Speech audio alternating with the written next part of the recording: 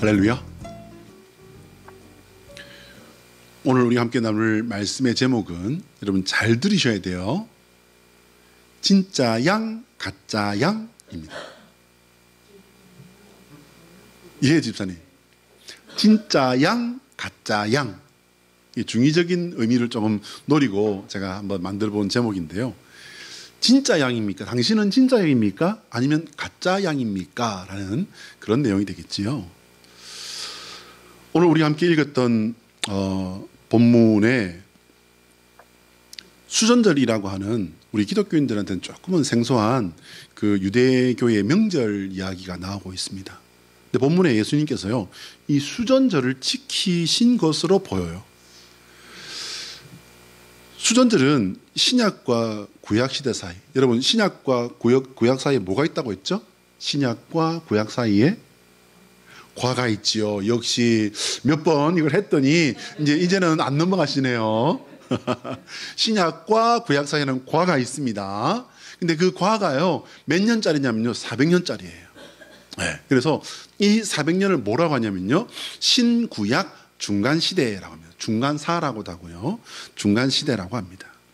그때 이제 이방인들이 예루살렘을 점령하고 예루살렘을 아주 그 유대인들의 입장에서 볼 때는 더럽히는 그런 제사를 드립니다. 그래서 더럽혀진 이 예루살렘을 이방인들에 맞서서 마카비 전쟁이라고 하는 항전이 일어납니다. 그리고요, 유대인들이 이깁니다. 예루살렘을 탈환하고 이제 거기서 이방신 숭배로 더럽혀졌던 그 성전을 정화해버리는 거예요. 정화가 뭡니까, 여러분? 정화는 뭐냐면 깨끗하게 한다는 겁니다. 청소해서 깨끗하게 한다. 그리고 이제 그 정화를 마치고 하나님께 봉헌한 날을 기념해서 지키는 8일짜리 명절이에요. 예수님께서도요, 이 성전을 정화하신 성전 정화 사건은 성경에 아주 유명한 사건 중에 하나입니다. 마태복음 21장에도 기록되어 있고 요한복음 2장에도 기록되어 있습니다. 마카비는 정치적인 목적으로 이제 성전을 모욕한 이방인들을 상대로 전쟁을 했어요. 근데 이것은 사실은 2000년도 훨씬 더 지난 일이기 때문에 뭐라고 단정하기는 조금 어려울 수도 있지만, 그러나 사실은 그 종교적인 신앙적인 그런 어떤 순수한 열정을 가지고 시작한 것일 수는 있지만, 결국 결론적으로는 이것은 정치적인 그런 어떤 구조를 가지고 만들어졌다, 역사가 만들어졌다라고 말할 수 있습니다. 근데 예수님께서는요, 유대인들을 상대로 책망하십니다. 책망하시고 그리고 성전을 기도하는 곳임을 다시 한번 공포하십니다. 이러니까 어떻게 되죠? 마카비는 떴는데 예수님은 뜨지 못한 거예요. 예수님은 도리어 어떻게 합니까? 미움을 받게 된 겁니다. 마카비는 처음에는 민족적, 신앙적 순결과 자존감을 지키기 위해서 분연이 일어났습니다. 그리고 이제 역사적인 영웅이 되었죠. 예수님께서도요, 하나님 앞에 성전의 바른 모습을 사람들에게 선포하셨습니다. 유대인들은요, 마카비를 이렇게 메시아로 초항한 것은 아니에요. 그러나 그 마카비라고 하는 이 인물이 역사 속에서 메시아 같은 그런 모델이 된 것은 분명해 보입니다. 왜냐하면 그는 신앙적, 종교적 회복을 했다기보다는요, 결론적으로는, 그러니까 지금 현재 우리 역사 속에 남아있는 그 사실을 두고 볼 때 후대 자손들에게는 이 사람은 정치적인 인물로 더 크게 각인되지 않았나, 이렇게 생각해 봅니다. 그러나 신약 성경을 읽다 보면요, 예수님의 12 제자를 비롯해서 이스라엘 사람들은요, 예수님을 정치적 메시아로 이렇게 마카비 쪽으로 밀고 가는 것을 볼 수 있어요.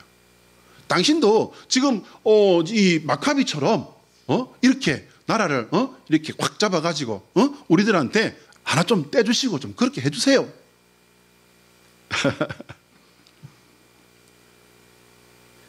예수님을 정치적 메시아로 생각하는 모습을 감출 수가 없어요. 뒤에 이제 말씀이 나오겠습니다만은 이게 왜냐면요, 이스라엘의 메시아관 자체가 조금 문제가 있었어요.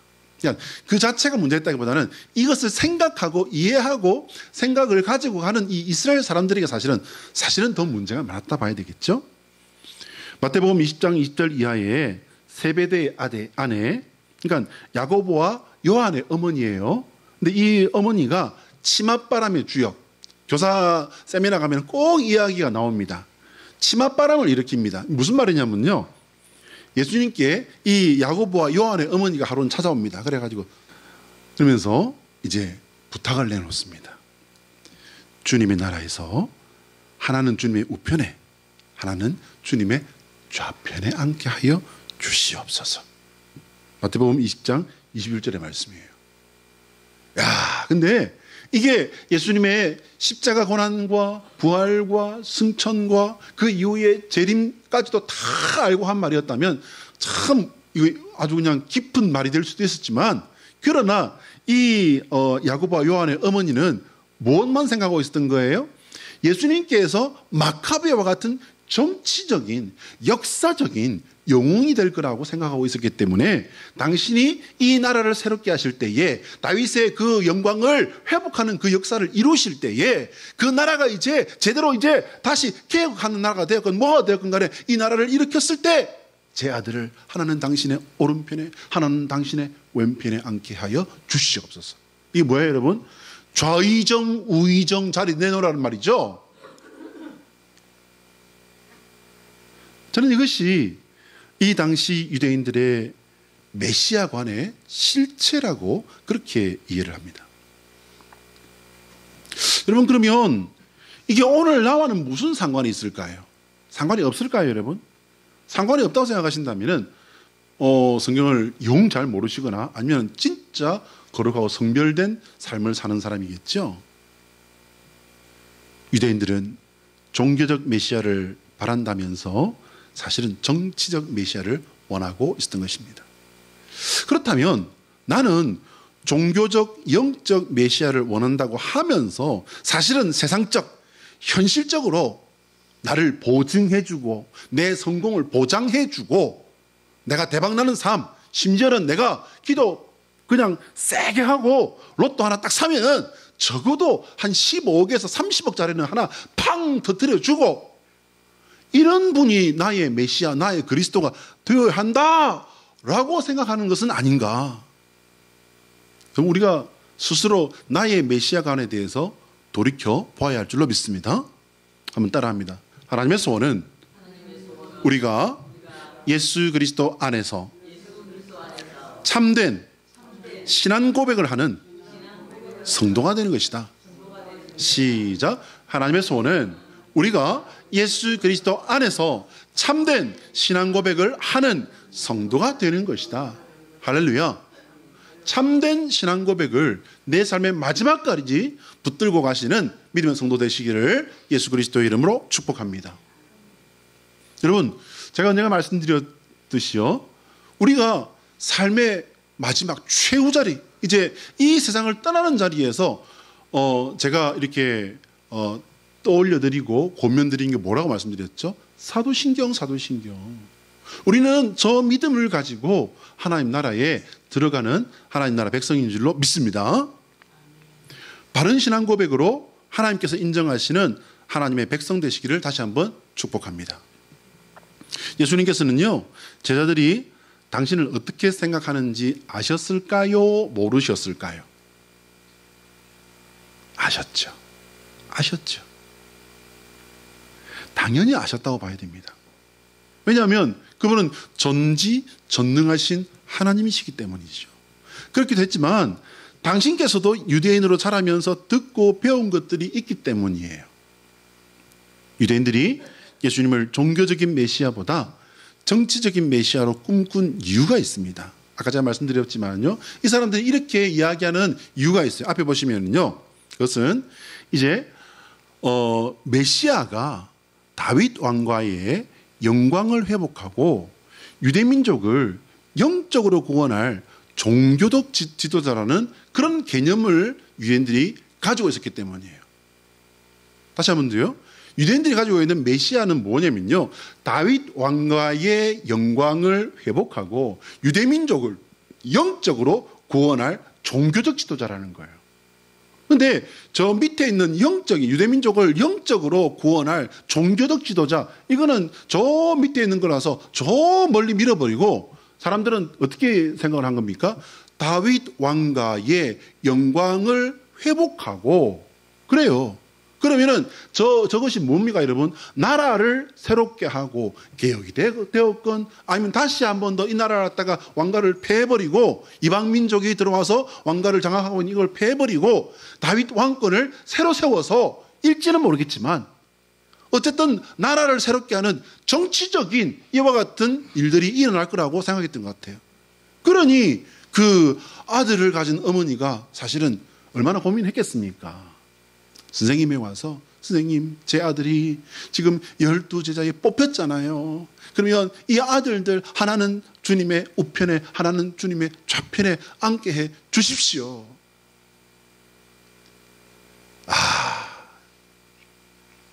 예수님께서 이 당시에 이런 말씀들을 듣고 이렇게 생각하는 사람들을 보면서 어떤 마음이셨을까요? 예수님 당시의 유대인들은 다윗 왕과의 그 영광을 회복하고 바로 이 부분에만 집중하고 있었던 것으로 보입니다. 이렇게 볼 수밖에 없었던 이유는요, 예수님의 12제자가 시종일관 그렇게 생각한 것으로 성경에 그렇게 그리고 있기 때문입니다. 그리고 뿐만 아니라 오늘날의 유대인들도 마찬가지라는 거예요. 오늘날의 유대인들도 예수님께서 이걸 안 했기 때문에 그는 참된 메시아일 수가 없다라고 이렇게 배격을 한다고 합니다. 제자들은 예수님의 놀라운 기적 사건들과 함께 예수님의 육성으로 전하는 말씀, 육성이 뭡니까 여러분? 직접 예수님의 음성으로 전하는 말씀을 말하는 거잖아요. 그거 들은 사람이에요. 저는 어느 날 성경을 읽다가 이 사실 때문에 제자들이 얼마나 부러운지 몰라요. 근데 그 뒤에 있는 건 몰라서 부러워했겠죠. 뭡니까 여러분? 예수님의 제자들이 12제자가 어떻게 순교했는지는 모르니까 얼마나 부러워했는지 모른다니까요. 너무너무 부럽더라고요.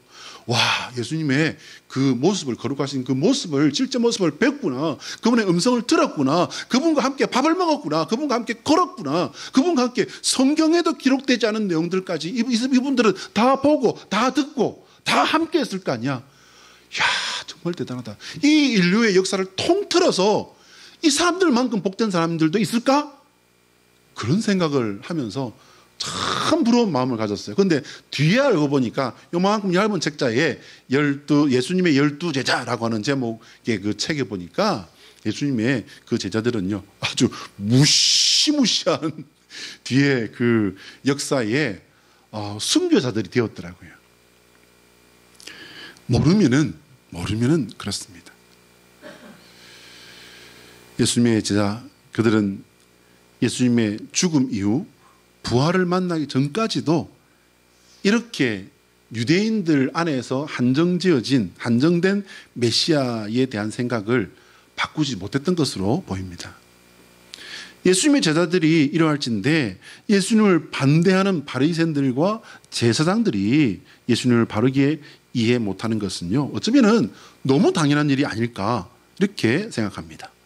오늘 본문에 예수님께서 유대인들에게 둘러싸였습니다. 그것은요, 질문처럼 보이지만 질문이 아닌 항의하는 모습으로까지 이게 보일 수밖에 없습니다. 그들의 질문을 보면요, 24절 말씀이에요. 앞에 뜰 텐데요. 제가 읽어드립니다. 유대인들이 애워싸고 이르되 당신이 언제까지나 우리 마음을 의혹하게 하려 하나이까? 그리스도이면 밝히 말씀하소서 하니. 여러분, 여기 의혹하게 하려의 이 히브리어를, 헬라어를 찾아보면요, 여기는 들뜨게 하다라고 하는 뜻이에요. 들뜨게 하다. 뭐냐면요, 언제까지 우리를 이렇게 혼란스럽게 하고 흔들기만 할 겁니까? 라는 겁니다. 여기에 대해서 예수님께서 전혀 주저함이 없이 말씀하십니다. 25절과 26절 말씀 우리 같이 한번 읽어볼까요? 자, 시작. 예수께서 대답하시되 내가 너희에게 말하였으되 믿지 아니하는도다. 내가 내 아버지의 이름으로 행하는 일들이 나를 증거하는 것이거늘 너희가 내 양이 아니므로 믿지 아니하는도다. 할렐루야. 이거예요. 예수님께서 말씀하셨다고요? 안 했다고요? 하셨다고요. 예수님의 입장에서 본다면 정말 안타깝고 답답할 노릇입니다. 말씀을 하셨음에도 심지어는 여러분 성경에 많은 기적들이 기록되어 있잖아요. 기적들을 일으키면서 심지어는 어떻게까지 말씀하셨습니까? 이 사람이 이렇게 장애를 갖게 된 것은 이 사람의 죄 때문입니까? 누구의 죄 때문입니까? 물었을 때 예수님께서 어떻게 대답하셨습니까? 하나님의 영광을 나타내게 하려 하심이니라. 그들에게 수많은 기적까지 보여주셨음에도 불구하고 믿지 않은 것은, 혹은 믿지 못한 것은 자기 자신인데 예수님께 자신들의 마음만 흔들어 놓았다라고 이렇게 와서 지금 항의하고 있는 거예요. 과연 그들의 마음이 제대로 흔들리기는 했을까요? 저는 말씀 준비하다 보니까 그런 생각이 들었습니다. 과연 그들의 마음이 제대로 흔들려 보기라도 했을까? 결국 지금 예수님 앞에 와서 항의하는 유대인들도요, 자신들이 생각하는 메시아를 예수님께 강요하고 있는 것은 아닐까요? 여러분, 어떤 메시아입니까? 정치적 메시아잖아요. 역사적인 영웅이 되라는 거예요. 여러분, 이거 어제 많이 보던 장면 아닙니까? 예수님께서 공생애를 시작하시기 전 이제 광야에서 40일 금식을 하실 때 사단이 와서 뭐라고 합니까? 너를 나타내라. 너는 대단한 존재잖아. 너는 할 수 있잖아. 3번을 시험하지 않습니까? 그게 뭡니까? 너를 나타내라는 거예요. 너를 드러내라는 거예요. 네가 영웅이 되라는 거예요. 이러한 그들에게 대해서 예수님께서는 정말 무시무시한 말씀을 해주십니다. 너희가 못 믿는 것은 너희가 내 양이 아니기 때문이다. 이 말씀이 그냥 지나치시면 안 돼요. 너희가 못 믿는 것은 너희가 내 양이 아니기 때문이다라고 26절 말씀이에요. 유대인들은요, 자신들이 택함 받은 백성이기 때문에 선민이라고 하죠. 그 사실 하나로 천국에 들어간다라고 믿습니다. 그런데 예수님께서는요, 내가 그리스도이며 구원은 너희의 전유문이 아니다 얘들아. 정신 차려라. 헛물 캐지 말아라. 김치국물 마시지 말아라. 이 말씀을 해버리신 거예요. 그들의 입장에서 볼 때 이것은 정말 청천벽력, 마른 하늘의 날벼락 같은 소리를 지금 한 겁니다. 자신들은 분명히, 그리고 당연히 하나님 나라에 들어간다고 믿고 있는데 이런 말씀을 하시는 예수님이 그들의 눈에 곱게 보일 수가 없지요. 그러면 예수님께서는 이런 논쟁이 일어날 걸 모르고 말씀하셨을까요? 아니요. 논쟁이 일어날 수 있지만, 그들이 화를 낼 수 있지만, 그들이 당신을 미워할 수 있지만, 심지어는 그들이 거기서부터 시작해서 예수님을 죽일 수 있지만, 예수님께서는 뭘 말씀하십니까? 사실을 말씀하신 거예요. 예수님께서는 심판을 통해 양은 오른편에, 염소는 왼편에 분류한다 말씀. 여러분, 분류가 뭐예요? 가른다. 뭘 통해서? 심판을 통해서. 심판대 앞에서 그 일이 일어난다는 거예요. 마태복음 25장 31절로 34절, 이것은 성경에 써놓으셔야 돼요. 오늘 본문 위에다 써놓으셔야 돼요. 마태복음 25장 31절로 33절 말씀 앞에 뜰 텐데요. 같이 읽습니다. 시작. 인자가 자기 영광으로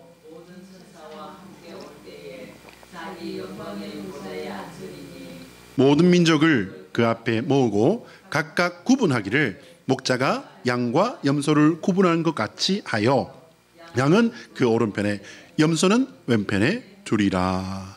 아멘. 어떤 아들은 왼편에, 어떤 아들은 오른편에라고 했는데 그 어머니가 이 말씀 들으면 기절하지 않았을까요?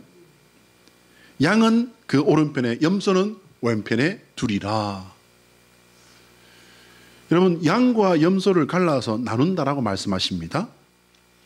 다큐멘터리에서 이거 여러분 보신 분 계실 거예요. 요즘은 뭐 유튜브도 워낙 이런 관련된 프로가 많고 채널들이 워낙 다양하다 보니까 다큐멘터리를 주로 하는 어떤 프로들도 많이 있는데요. 거기서 한 번쯤은 보셨을 것 같아요. 다큐멘터리에 몽골이라든지 아니면 지금도 유목 생활을 하는 그런 나라들에서 이제 뭐 소가 되었든지 양이 되었든지 염소가 되었든지 목축을 하는 그런 그 사람들이 사는 걸 보면요, 정말 신기해요. 정말 신기합니다. 근데 그 프로를 한 번이라도 본 적이 있는 분이라면 이 대목에서 이 말씀에 의문점이 생깁니다.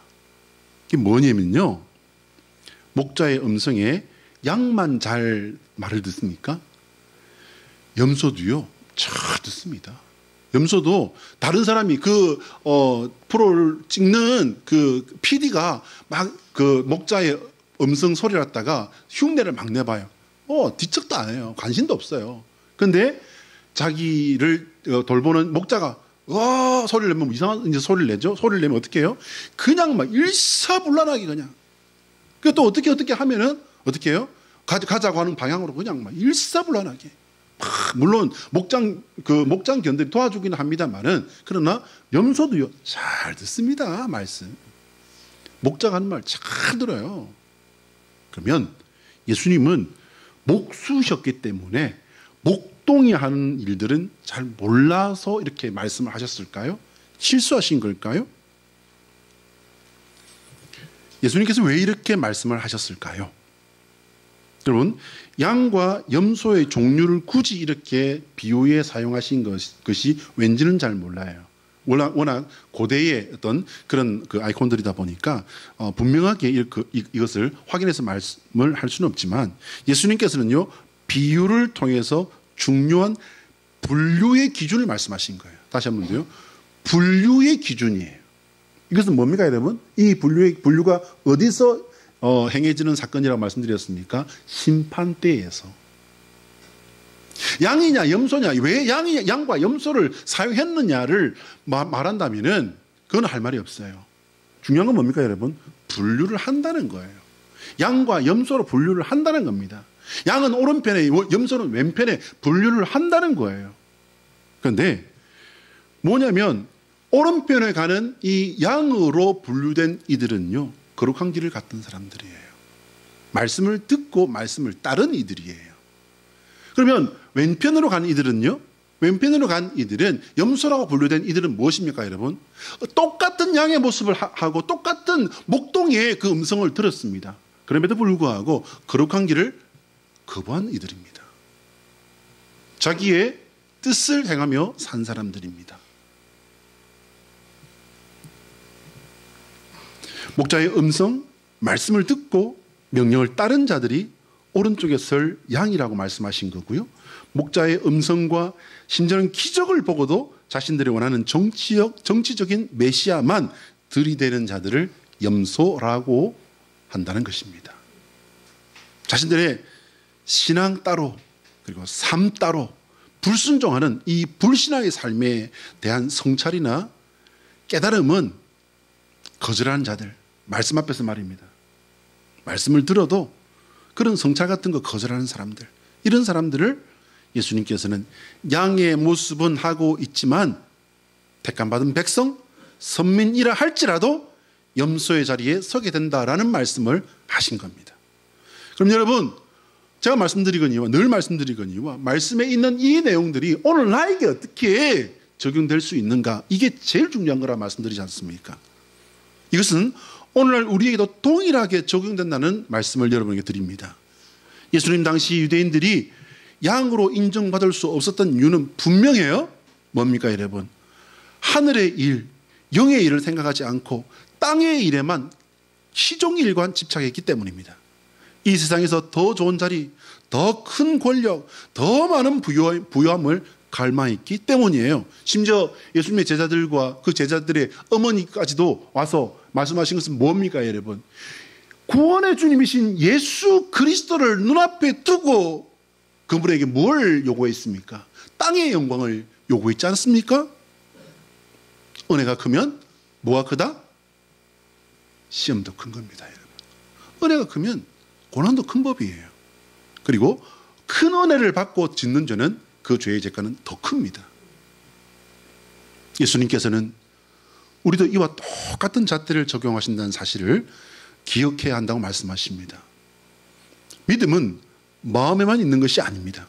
믿음은 착한 일을 많이 한다고 인정받을 수 있는 것도 아니에요.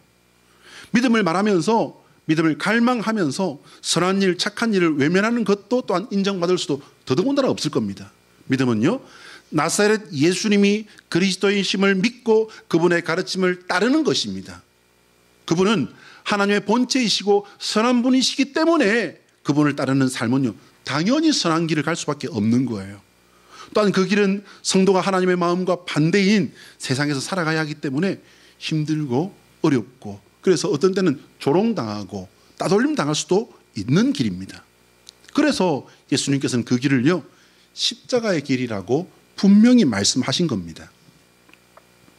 사랑하는 성도 여러분, 나의 십자가를 지고 예수님께서 가신 그 길을 따라가는 성도 되시기를 예수 그리스도의 이름으로 축복합니다. 한번 따라합니다. 예수 그리스도의 십자가는 구원받은 성도가 걸어가야 할 거룩의 길이다. 시작. 예수 그리스도의 십자가는 구원받은 성도가 걸어가야 할 거룩의 길이다. 할렐루야.